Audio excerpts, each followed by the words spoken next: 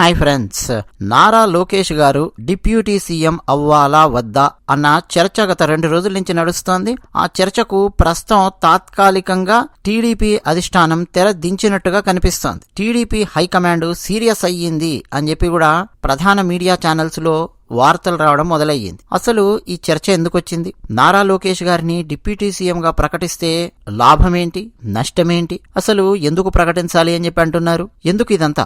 అసలు ఎవరు దీన్ని ప్రారంభించారు? వాటిని మనం ఈ వీడియోలో విశ్లేషించుకునే ప్రయత్నం చేద్దాం. నిజానికండి, కూటమి ప్రభుత్వంలో ఒక చీలిక గనక వచ్చిందనుకోండి, లాభపడేది ఎవరు అని అంటే వైఎస్ఆర్సీపీ పార్టీ. అందులో మరో మాటే లేదు, మరో డౌటే లేదు. ఎందుకంటే ఓట్లు చీలిపోకుండా ఉండడానికి 3 పార్టీలు కలిసికట్టుగా ఎన్నికల్లో ప్రచారానికి వెళ్ళాయి.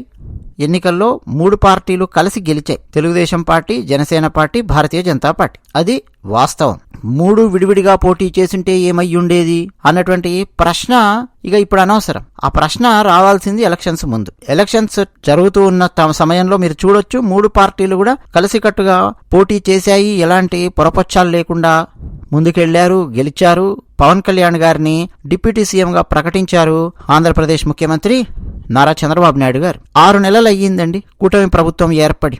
6 నెలలు అయ్యి అవగానే ఇక లుకలుకలు బయటపడుతూ ఉన్నట్టుగా తెలుగుదేశం పార్టీకి చెందినటువంటి కొంతమంది నాయకులు వాళ్ళ అత్యుత్సాహంతో రకరకాల స్టేట్మెంట్స్ ఇవ్వడం మొదలెట్టారు. నారా లోకేష్ గారు తెలుగుదేశం పార్టీ కార్యకర్తలను, ఆ సభ్యత్వాన్ని 1 కోటికి చేర్చారు. అంతేకాకుండా నారా లోకేష్ గారిని డిప్యూటీ సీఎం గా గనక ఎలివేట్ చేస్తే భవిష్యత్తులో తెలుగుదేశం పార్టీ కార్యకర్తలకు ఒక ఉత్సాహం అనేది ఉంటుంది. చంద్రబాబు నాయుడు గారి తర్వాత నారా లోకేష్ గారే ముఖ్యమంత్రి అవుతారు అన్న ఆలోచన, అది ఒక కొత్త ఉత్సాహాన్ని తెలుగుదేశం పార్టీ కార్యకర్తలకు ఇస్తుంది. అందువల్ల డిప్యూటీ సీఎంగా గనక నారా లోకేష్ గారి పేరు ప్రకటిస్తే అది మంచిది అని చెప్పి తెలుగుదేశం పార్టీకి చెందిన కొంతమంది నాయకులు మాట్లాడడం మొదలెట్టారు.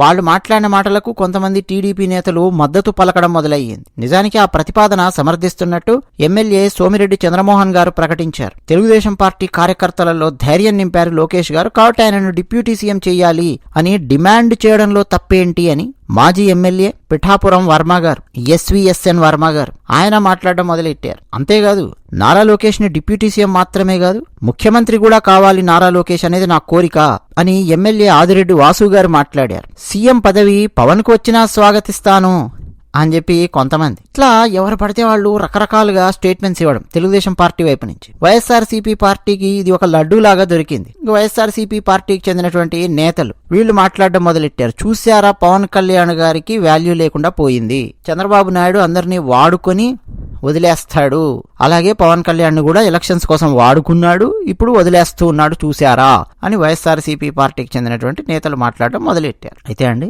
అసలు ఈ పాయింట్ మొదలుపెట్టింది టీడీపీకి సంబంధించిన అధినేతలు కాదండి. ఆంధ్రప్రదేశ్ ముఖ్యమంత్రి చంద్రబాబు నాయుడు గారికి వెన్నుదన్నుగా నిలబడే, తెలుగుదేశం పార్టీకి వెన్నుదన్నుగా నిలబడే అతిపెద్ద దినపత్రిక ఆంధ్రజ్యోతి దినపత్రిక, ఏబిఎన్ ఛానల్. ఆంధ్రజ్యోతి దినపత్రిక వేమూరి రాధాకృష్ణ గారు ప్రతి వీకెండ్ ఆయన వ్యాసం రాస్తారు. Okay, weekend comment with RK అని చెప్పి ఏబిఎన్ ఛానల్లో కూడా ప్రసారం అవుతుంది. గత 2 వారాల రాధాకృష్ణ గారి వ్యాసాలను గనక మీరు రీడింగ్ బిట్వీన్ ద లైన్స్ గమనిస్తే ఆయన మెల్లిగా స్టార్ట్ చేశారు. ఆయన స్టార్ట్ చేశారా, లేదు చంద్రబాబు నాయుడు గారు ఈ విధంగా వ్యాసాలు రాయి అని చెప్పి చెప్పారా, లేదు ఈయననే స్వతంత్రించి వ్యాసాలు రాశారా అన్నది డెఫినెట్ గా అండి వైఎస్ఆర్సీపీ పార్టీ వాళ్ళు ఆ పాయింట్ ని బాగా హైలైట్ చేసే ప్రయత్నం చేస్తున్నారు. బట్ రాధాకృష్ణ గారు రాసినటువంటి వ్యాసంలో, ఈవెన్ రీసెంట్ గా లాస్ట్ వీక్ వచ్చినటువంటి వ్యాసంలో కూడా చూస్తే పవన్ కళ్యాణ్ అనవసరమైన మాటలు మాట్లాడుతున్నాడు, పవన్ కళ్యాణ్ తిరుపతి తొక్కిసలాట విషయంలో అనవసరంగా ఎక్కువగా తన పరిధిని మించి మాట్లాడాడు, ఓవర్ యాక్షన్ చేయకుండా ఉంటే బాగుంటది, పవన్ కళ్యాణ్ నోరు మూసుకుని కూర్చుంటే బాగుంటది. ఇవి అంటే డైరెక్ట్ వాక్యాలు రాయకపోయినప్పటికీ ఇండైరెక్ట్ గా ఇదే మీనింగ్ వచ్చే రకంగా వ్యాసం రాశారండి. ఆయన ఎంత చక్కటి పదాలు ఉపయోగించినా, ఎంత చక్కటి వాక్యాలు రాసినా, ఏం రాసినా గానీ అక్కడ ఏముందంటే పవన్ కళ్యాణ్ గారు అనవసరంగా మాట్లాడుతున్నారు కొన్ని విషయాల్లో అని. మళ్ళీ సన్నాయి నొక్కులు కూడా నొక్కుతారు రాధాకృష్ణ గారు. జనసేన పార్టీ అధినేతగా ఆయన స్టేట్మెంట్స్ ఇచ్చే హక్కు ఆయనకు ఉంటుంది, కానీ అని చెప్పి మొదలెట్టి మళ్ళీ ఎగ్జాంపుల్, నరేంద్ర మోదీ గారికి సంబంధించిన విషయాలలో చంద్రబాబు నాయుడు గారు ఏం మాట్లాడడం లేదు కదా. అంటే కూటమిలో ఉన్నారు చంద్రబాబు నాయుడు గారు, వీళ్ళ ఎంపీస్ వీళ్ళందరూ కూడా సపోర్ట్ చేస్తున్నారు కదా భారతీయ జనతా పార్టీకి ఎన్డీఏలో. మరి నరేంద్ర మోదీ గారికి సంబంధించినటువంటివి ఏమైనా వచ్చినప్పుడు దాన్ని మించి చంద్రబాబు నాయుడు గారు స్టేట్మెంట్స్ ఇవ్వట్లేదు కదా. పవన్ కళ్యాణ్ గారు కూడా ఇక్కడ అలా ఉంటే బాగుంటుంది అన్న మీనింగ్ వచ్చే రకంగా రాశారు. ఒక కోణంలో చూస్తే అండి అది కరెక్టే, డెఫినెట్గా ఒక కోణంలో చూస్తే కరెక్టే. కానీ తిరుపతి తొక్కిసలాంటి ఆ సంఘటన జరిగినప్పుడు పవన్ కళ్యాణ్ గారు బేషరతుగా క్షమాపణలు చెప్పారు. సరే, ఆ క్షమాపణలను కూడా వైఎస్ఆర్సీపీ పార్టీ వాళ్ళు ట్రోల్ చేశారు. అది మళ్ళీ వేరే ఆస్పెక్ట్. అది క్షమాపణలు చెప్తే సరిపోతుంది, ఇంకేం చేయనక్కర్లేదు అనుకుంటాను ఈ ప్రభుత్వానికి అని చెప్పి కూడా రకరకాల ట్రోలింగ్స్, విమర్శలు అవన్నీ వచ్చాయి. కానీ కేవలం క్షమాపణలు చెప్పడమే కాదు, పవన్ కళ్యాణ్ గారు బాధ్యతాయుతంగానే వ్యవహరించారు. అందులో డెఫినెట్ గా చంద్రబాబు నాయుడు గారు కూడా బాధ్యతాయుతంగానే వ్యవహరించారు తొక్కిసలాటకు సంబంధించి. అయితే టీటీడీ చైర్మన్ ని రాజీనామా చేసేలాగా చేయలేదు అనేది, టీటీడీ చైర్మన్ ను తొలగించలేదు అనేది ఈపాటికే కొంతమంది భక్తుల్లోనూ అలాగే వైఎస్ఆర్సీపీ పార్టీ కార్యకర్తలు ఎక్కువగా ఆ అంశాన్ని బాగా హైలైట్ చేయడం మీరు చూడొచ్చు. ఆ విషయంలో మాత్రం చాలా మంది అసంతృప్తితో ఉన్నారు. అదొక ఆస్పెక్ట్. బట్ పవన్ కళ్యాణ్ గారికి సంబంధించి ఎట్లా పవన్ కళ్యాణ్ ని ట్రాక్ తప్పించాలి, ఎలా పవన్ కళ్యాణ్ ని దూరం పెట్టాలి, ఎలా పవన్ కళ్యాణ్ యొక్క ప్రాధాన్యత తగ్గించుకుంటూ రావాలి రాష్ట్ర రాజకీయాలలో అన్న కోణంలో ఆంధ్రజ్యోతి దినపత్రిక వర్క్ చేయడం మొదలెట్టినట్టుగా స్పష్టంగా మనకు కనిపిస్తోంది. చంద్రబాబు నాయుడు గారిని 2019 ఎలక్షన్స్లో ట్రాక్ తప్పించిన ఘనత ఆంధ్రజ్యోతి దినపత్రికకు దక్కుతుంది. కావాలంటే మీరు వ్యాసాలు అవన్నీ కూడా నేను డేట్స్తో సహా నేను మీకు కోట్ చేయగలను. 2016లో డిమానిటైజేషన్ అయిన తర్వాత ఇంకా మెల్లిగా ఒక్కొక్క వ్యాసం కనుక మీరు గమనించుకుంటూ వస్తే చంద్రబాబు నాయుడు గారికి భారతీయ జనతా పార్టీని దూరం చేయడంలో పూర్తిగా సక్సెస్ సాధించింది ఆంధ్రజ్యోతి దినపత్రిక. అనడం కంటే అందులో పనిచేసే అత్యధిక శాతం మంది ఎర్రచొక్కా జర్నలిస్టులు అని చెప్పి చెప్పుకోవచ్చు. వాళ్ళందరికీ ఇప్పుడు చంద్రబాబు నాయుడు గారు భారతీయ జనతా పార్టీ కలిసి ఉండడం అనేది ఒంటి మీద తేళ్లు జర్రులు పాకుతున్నటువంటి ఫీలింగ్ ఉంది. ఎందుకంటే కమ్యూనిస్టులు అనగానే బై డిఫాల్ట్ వాళ్ళు హిందూ మతానికి వ్యతిరేకంగా పనిచేస్తూ ఉంటారు, వేరే ఏ ఇతర మతాలకు వ్యతిరేకంగా పనిచేయరు. రామాయణానికి వ్యతిరేకంగా పుస్తకాలు రాసినటువంటి వాళ్ళు మన తెలుగునాట కమ్యూనిస్టులే. రాముని విమర్శించడం, కృష్ణుని విమర్శించడం, ఇదంతా చాలా చక్కగా శుద్ధులు బుద్ధులు నేర్పించి పెట్టింది కమ్యూనిస్టులే.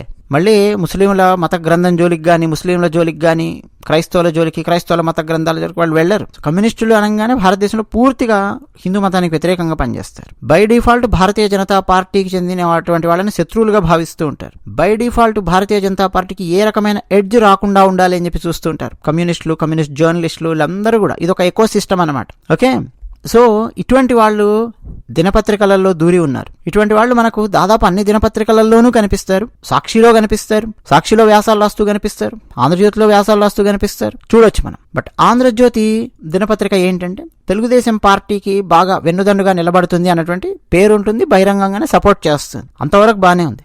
కానీ పవన్ కళ్యాణ్ గారి ప్రాధాన్యత తగ్గించాలి అన్న కోణంలో వీళ్ళు పనిచేయడం అన్నది స్టార్ట్ అయ్యింది గత 2 వారాల నుంచి చూస్తే. పవన్ కళ్యాణ్ గారు అయితే చాలా సంయమనంతోనే ఆయన ఉన్నారు. ఇక మెల్లిగా తెలుగుదేశం పార్టీకి చెందినటువంటి వాళ్ళు ఒక్కొక్కరు మాట్లాడడం మొదలెట్టారు. పవన్ కళ్యాణ్ ప్రాధాన్యత తగ్గించి నారా లోకేష్ ని ముందుకు తీసుకురావాలి అన్న కోణం వినిపిస్తోంది. ఆల్రెడీ ఒక డిప్యూటీ సీఎం పవన్ కళ్యాణ్ గారు ఉన్నారు కదండి. ఆంధ్రప్రదేశ్ కు కొత్త ప్రభుత్వం ఏర్పడి 6 నెలలు అయ్యిందంతే, సంవత్సరం కూడా కాలేదు. అప్పుడే నారా లోకేష్ ను డిప్యూటీ సీఎం చేయాలి అన్నటువంటి పాట ఎందుకు మొదలెట్టారండి చెప్పండి?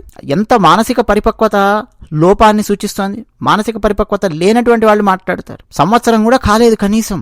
కూటమి ప్రభుత్వం ఇప్పుడిప్పుడే కుదురుకుంటోంది. పవన్ కళ్యాణ్ గారిని ఆల్రెడీ డిప్యూటీ సీఎంగా ప్రకటించారు. మరోపక్క డిప్యూటీ సీఎం పదవి అనేది అది రాజ్యాంగంలో పెద్దగా రాజ్యాంగబద్ధమైనటువంటి ఇదేం కాదు, అది ఒక గౌరవం మాత్రమే అన్నది అందరికి తెలిసింది. ఆ విషయం కూడా రాధాకృష్ణ గారు రాశారండి 2 వారాల క్రితం రాసినటువంటి వ్యాసంలో పవన్ కళ్యాణ్ గారిని ఉద్దేశించి. మరి అటువంటిది అయినప్పుడు నారా లోకేష్ గారిని ఇప్పుడు డిప్యూటీ సీఎం చెయ్యాలి అన్న ఆలోచన ఎందుకు వస్తుంది? ఆ ఆలోచనను ఎందుకు సపోర్ట్ చేస్తున్నారు? అంటే ఎక్కడ భవిష్యత్తులో పవన్ కళ్యాణ్ సీఎం అవుతాడేమో ముందు నుంచే తొక్కేసేసి ఈ క్యాండిడేట్ కింద పడేసేసి నారా లోకేష్ ని బాగా హైలైట్ చేసుకుంటూ ఎలివేట్ చేసుకుంటూ వెళ్తే అయిపోతుంది అన్న కోణంలో ఆలోచిస్తున్నారు. ప్రతి ఒక్కరికి కోరికలు ఉంటాయండి. అంటే కార్యకర్తలకు రకరకాల కోరికలు ఉంటాయి. పవన్ కళ్యాణ్ ని సీఎం చేయాలి అని చెప్పి జనసేన పార్టీ కార్యకర్తలకు ఉండొచ్చు. అయితే ఏంటి కోరికలు ఇవన్నీ చాలా ఉంటాయి. కోరికలు గుర్రాలు అయితే ఏమవుతుందనేది చూడండి. టీడీపీ నేతలు చేస్తున్నటువంటి వ్యాఖ్యలన్నీ సరిగ్గా లేవు. సో లోకేష్ ని డిప్యూటీ సీఎం చేయాలని చెప్పి టీడీపీ క్యాడర్ కోరుకోవడంలో తప్పు లేదు.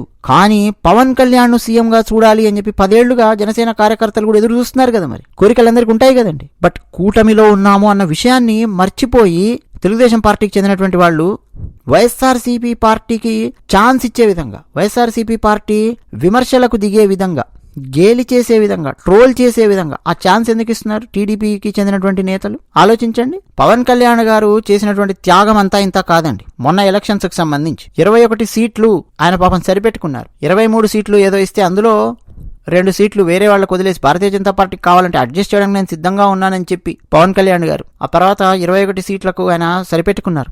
ఆ టైములో వైఎస్ఆర్సీపీ పార్టీకి బాగా వెన్నుదన్నుగా నిలబడే అనలిస్టులు వాళ్ళు చేసినటువంటి వికటాట్టహాసాలు, వాళ్ళు నవ్విన నవ్వులు, ఇప్పటికీ మీ అందరికి గుర్తుండే ఉంటాయి. కేఎస్ ప్రసాద్ అనే అనలిస్ట్ ఉన్నాడండి. వైఎస్ఆర్సీపీ పార్టీకి ఒక బ్యాక్ బోన్ లాగా నిలబడి విశ్లేషణలు అవన్నీ ఇచ్చి వైఎస్ఆర్సీపీ పార్టీ కొంప ముంచాడు, ట్రాక్ తప్పించి. పవన్ కళ్యాణ్ ని చూసి ఫుల్గా గేలి చేయడము, వెటకారం చేయడము, పవన్ కళ్యాణ్కి చిప్ప చేతికి ఇచ్చారు, పవన్ కళ్యాణ్కి ఇంత తక్కువ సీట్లు ఇచ్చి మళ్ళీ పవన్ కళ్యాణ్కి ఎంత సిగ్గులేదు చూడు, ఎలా సరిపెట్టుకున్నాడో చూడండి. వేరే వాళ్ళకు బీజేపీ కోసం అడ్జస్ట్ చేయడానికి 2 సీట్లు ఇచ్చి తంటాలు పడుతూ అని పవన్ కళ్యాణ్ మీద వెటకారాలు, విమర్శలు, గేలి, ట్రోల్స్ అన్నీ చేశారు. పాపాల భైరవుల్లాగా పవన్ కళ్యాణ్ గారు అవన్నీ భరించారు, అవన్నీ సహించారు, తీసుకున్నారు, ఏం పర్వాలేదు. ఓట్లు చీలకూడదు, ఆంధ్రప్రదేశ్లో కూటమి గెలవాలి అని అంటే ఓట్లు చీలకూడదు అని చెప్పి ఆయన ముందుకెళ్లారు. చంద్రబాబు నాయుడు గారు జైల్లో ఉన్నప్పుడు ఈ రోజు మాట్లాడుతున్న తెలుగుదేశం పార్టీ నాయకులు చాలా మంది ఉన్నారు కదా, వాళ్ళు ఏ స్థాయి పోరాటం చేశారు, ఆ పోరాటానికి ఏ స్థాయి ఎలివేషన్ వచ్చి ఉంటుంది ఆలోచించండి. పవన్ కళ్యాణ్ గారు రంగంలోకి దిగినప్పుడు ఏ స్థాయి ఎలివేషన్ వచ్చింది ఒకసారి చూడండి. నిజానికి పవన్ కళ్యాణ్ గారు వేరే పార్టీకి చెందినటువంటి వ్యక్తి, జనసేన పార్టీకి చెందినటువంటి వ్యక్తి, ఆ స్థాయిలో దిగి పోరాటం చేయాల్సిన అవసరం లేదు కదా. కానీ పవన్ కళ్యాణ్ గారి ఆ స్పందన, ఆ పోరాటంలో నిజాయితీ అనేది స్పష్టంగా కనిపించిందండి. తెలుగు ప్రజలందరికీ అర్థమైంది. చంద్రబాబు నాయుడు గారు జైల్లో ఉన్నప్పుడు వేరే పార్టీకి చెందినటువంటి పవన్ కళ్యాణ్, వేరే పార్టీ అధ్యక్షుడు పవన్ కళ్యాణ్ రోడ్డు మీద పడుకొని, రోడ్డు మీద బైఠాయించి ఆయన మాట్లాడిన మాటలు అవన్నీ కూడా గుర్తున్నాయి అందరికి. సో పవన్ కళ్యాణ్ త్యాగాలన్నీ 6 నెలలకే మొత్తము మర్చిపోయారా? ఈ తెలుగుదేశం పార్టీకి చెందినటువంటి ఎవరైతే నాయకులు లోకేష్ ని డిప్యూటీ సీఎం చేయాలని చెప్పి అంటున్నారో, ఇప్పుడు ఇక్కడ ఇంకొకటి వస్తుంది. చంద్రబాబు నాయుడు గారి ప్రోద్బలం లేకుండానే వీళ్ళు ఈ మాటలు మాట్లాడతారా అని. ఎందుకంటే మామూలుగా రాజకీయ నాయకులు అండి, ఈవెన్ చంద్రబాబు నాయుడు గారు కూడా ఇంక్లూడింగ్, ముందు ఒక ఫీలర్ లాగా ఒకటి వదిలేస్తే జనాలలో నారా లోకేష్ ని డిప్యూటీ సీఎం చేయాలి అనేటువంటి పాయింట్ కొంతమంది తెలుగుదేశం పార్టీకి చెందిన నాయకులతో మాట్లాడిస్తే ఆ తర్వాత మూడు ఎలా ఉంటుందో తెలుస్తుంది, ఎవరెవరు ఎలా స్పందిస్తారో తెలుస్తుంది. పవన్ కళ్యాణ్ ఎలా స్పందిస్తాడు, జనసేన వాళ్ళు ఎలా స్పందిస్తారు, వివిధ పత్రికలు, ఛానల్స్, జర్నలిస్టులు, విశ్లేషకులు ఎలా స్పందిస్తారు, దాన్ని బట్టి నెక్స్ట్ అస్త్రాలను తయారు చేసుకోవడం. అంటే నెక్స్ట్ నారా లోకేష్ ని డిప్యూటీ సీఎం చేయాలి అని అంటే ఎవరెవరు మనకు అడ్డుపడుతున్నారు, ఏ కోణంలో అడ్డుపడుతున్నారు, ఏ భావాలు వ్యక్తం చేస్తున్నారు, నెక్స్ట్ వాళ్ళందరినీ ఎట్లా టార్గెట్ చేయాలి, ఎట్లెట్లా ఒక్కొక్కరిని ట్రాక్ తప్పించాలి, ఎట్లెట్లా ఒక్కొక్కరిని నల్లిఫై చేయాలి, ఎట్లెట్లా ఒక్కొక్కరిని న్యూట్రలైజ్ చేయాలి, ఏమేమి తెలివితేటలు వాడాలి అన్న కోణంలో ముందు ఒక ఫీలర్ వదిలేసేస్తే నారా లోకేష్ డిప్యూటీ సీఎం అవుతాడు అని చెప్పి ఈ నాయకుల చేత, టీడీపీ నాయకుల చేత అనిపిస్తే కొంతమంది చేత, ఆ తర్వాత సంగతి చూసుకోవచ్చు. ఇది ఒక చాణక్యం అనమాట. ఇవన్నీ అవసరమండి. ఇప్పుడు ఒకవేళ అదే కనుక నిజమైతే, లేదు అది నిజం కాదు, చంద్రబాబు నాయుడు గారు కాదు అనిపించింది, తెలుగుదేశం పార్టీకి చెందినటువంటి నాయకులే కొంతమంది అంటున్నారు అంటే అంత అత్యుత్సాహం అవసరమా? అంటే ఒక కూటమిలో ఉన్నాము అన్నదానికి రెస్పెక్ట్ లేదా? చంద్రబాబు నాయుడు గారు మాట్లాడివ్వండి, నా కొడుకుని డిప్యూటీ సీఎం నేను చేయాలనుకుంటున్నాను నారా లోకేష్ ని అని చెప్పి ఆయన పవన్ కళ్యాణ్ గారిని డిప్యూటీ సీఎం గా తొలగించి నారా లోకేష్కి ఇవ్వాలంటే వాళ్ళందరూ కలిసి కూర్చొని ఒక గదిలో కూర్చొని చర్చించి ఆ పని చేయాలి కదా. సో చంద్రబాబు నాయుడు గారు మాట్లాడడం కంటే కూడా ఈ అత్యుత్సాహం బ్యాచ్ ఎక్కువైపోయిందండి తెలుగుదేశం పార్టీ లోపల. సో వీళ్ళందరూ చేస్తున్నది ఏంటంటే కూటమిని చీల్చే ప్రయత్నం తెలుగుదేశం పార్టీకి చెందినటువంటి నాయకులే చేస్తున్నారు. పవన్ కళ్యాణ్ గారు ఏం మాట్లాడారు అబ్బా గత 2 రోజుల్లో అని చెప్పి గమనిస్తే, పవన్ కళ్యాణ్ గారు చాలా చాలా చాలా చాలా సెన్సిబుల్ గా వ్యవహరించారండి. ఏమి అనవసరమైనటువంటి వ్యాఖ్యలు చేయకపోగా పవన్ కళ్యాణ్ గారు తన పార్టీలో ఉన్నటువంటి నేతలకు సూచనలు చేశారు. ఏమని? కూటమిలో ఉన్నాము, కూటమికి వ్యతిరేకంగా ఎవరు మాట్లాడకూడదు, కూటమికి వ్యతిరేకంగా ఎవరు కూడా స్టేట్మెంట్స్ ఇవ్వకూడదు, జనసేన పార్టీలో ఉన్నవాళ్లు అనవసరమైన మాటలు మీరు మాట్లాడకండి, కూటమిలో చిచ్చు పెట్టే విధమైనటువంటి వ్యాఖ్యలు మీరు చేయకండి అని చెప్పి పవన్ కళ్యాణ్ గారు తన జనసేన పార్టీలో ఉన్న నాయకులకు నచ్చజెప్పుకున్నారు. అదే విధంగా గత 2 రోజులుగా సాగుతున్నటువంటి టీవీ డిబేట్స్ లో జనసేనకు చెందినటువంటి వాళ్ళు చాలా చాలా సంయమనంతో చాలా సెన్సిబుల్ గా వ్యవహరిస్తూ ఉన్నారు. కానీ తెలుగుదేశం పార్టీకి చెందినటువంటి నాయకులు అత్యుత్సాహము చాలా ఎక్కువ ప్రదర్శిస్తున్నారు. సంవత్సరం కూడా కాలేదు కూటమి ఏర్పడి, అంటే పవన్ కళ్యాణ్ ని తప్పిస్తేనే నారా లోకేష్ గారిని డిప్యూటీ సీఎం చేస్తారు కదండి, లేదు 2 డిప్యూటీ సీఎంస్ ని పెడతారా? అదేదో దాసనారాయణరావు గారి సినిమాలో చెప్పినట్టు కేసీఆర్ గారు కూడా అట్లాంటిది ఏదో చేయబోతే ఫుల్ గా ఆయన ట్రోలింగ్ కి గురయ్యారు. జగన్మోహన్ రెడ్డి గారు కూడా ఇలాంటిది ఏదో చేసినట్టున్నారు ఆయన ఫస్ట్ లో ఆయన వచ్చినప్పుడు, వచ్చిన కొత్తలో. అప్పుడు కూడా దాసనారాయణరావు గారి అదేదో సినిమా ఉంటుంది, రాజకీయ నాయకుడు అవుతాడు చూడండి దాసనారాయణరావు గారు, ఒక బార్బర్ గా పనిచేస్తూ ఉంటారు దాసనారాయణరావు గారు ఆ పాత్ర. అక్కడి నుంచి ఆయన ముఖ్యమంత్రి ఏదో అవుతారు, అయిన తర్వాత నువ్వు ఉప ముఖ్యమంత్రివి అంటాడు, నువ్వు ముఖ్య ఉప ముఖ్యమంత్రివి అంటాడు. అంటే ఆ టైప్ లో చేయమంటారా? నారా లోకేష్ గారిని ఒక ఉప ముఖ్యమంత్రి, పవన్ కళ్యాణ్ గారిని ఒక ఉప ముఖ్యమంత్రి. బట్ పవన్ కళ్యాణ్ గారిని ఉప ముఖ్యమంత్రిగా తొలగించకపోతే నారా లోకేష్ గారు ఉప ముఖ్యమంత్రి ఎలా అవుతారండి? అంటే నారా లోకేష్ గారిని డిప్యూటీ సీఎం గా చేయాలని చెప్పి డిమాండ్ చేస్తున్నటువంటి వాళ్ళందరికీ తెలియదా? పవన్ కళ్యాణ్ గారి అభిమానులు ఎంత హర్ట్ అవుతారు, పవన్ కళ్యాణ్ గారికి చంద్రబాబు నాయుడు గారికి మధ్య ఒక చీలిక తెచ్చినట్టు అవుతుంది మేము అన్నటువంటి కనీస ఆలోచన, ఇంగిత జ్ఞానము లేదండి తెలుగుదేశం పార్టీ వాళ్ళు ఎవరైతే అధినేతలు గట్టిగా మాట్లాడుతున్నారో, పిఠాపురం వర్మ కావచ్చు, ఆ మధ్య మనం బౌన్సర్స్ గురించి, అభిమానుల పైత్యం గురించి మనం మాట్లాడుకున్నాం.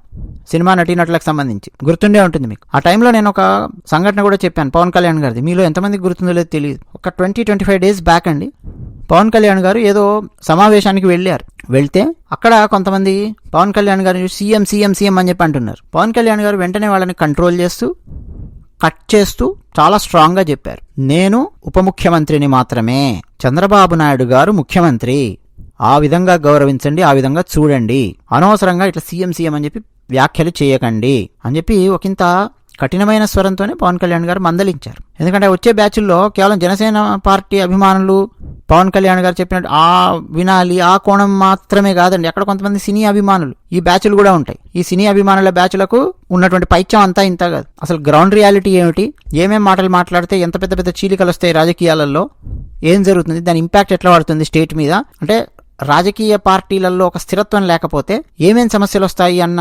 అవగాహన ఆలోచన లేనటువంటి వాళ్ళు ఉంటారు కొంతమంది. పవన్ కళ్యాణ్ గారు సీఎం సీఎం అని చెప్పి అరుస్తున్నారు, మొన్న మధ్య అరిస్తే కంట్రోల్ చేశారు, తిట్టారు పవన్ కళ్యాణ్ గారు. ఇట్లా ఇప్పుడు తిట్టాల్సినటువంటి బాధ్యత చంద్రబాబు నాయుడు గారికి ఉందండి. సరే, ప్రస్తుతం ఆయన దావోస్ సమావేశానికి వెళ్లారు, నారా లోకేష్ గారు కూడా వెళ్లారు.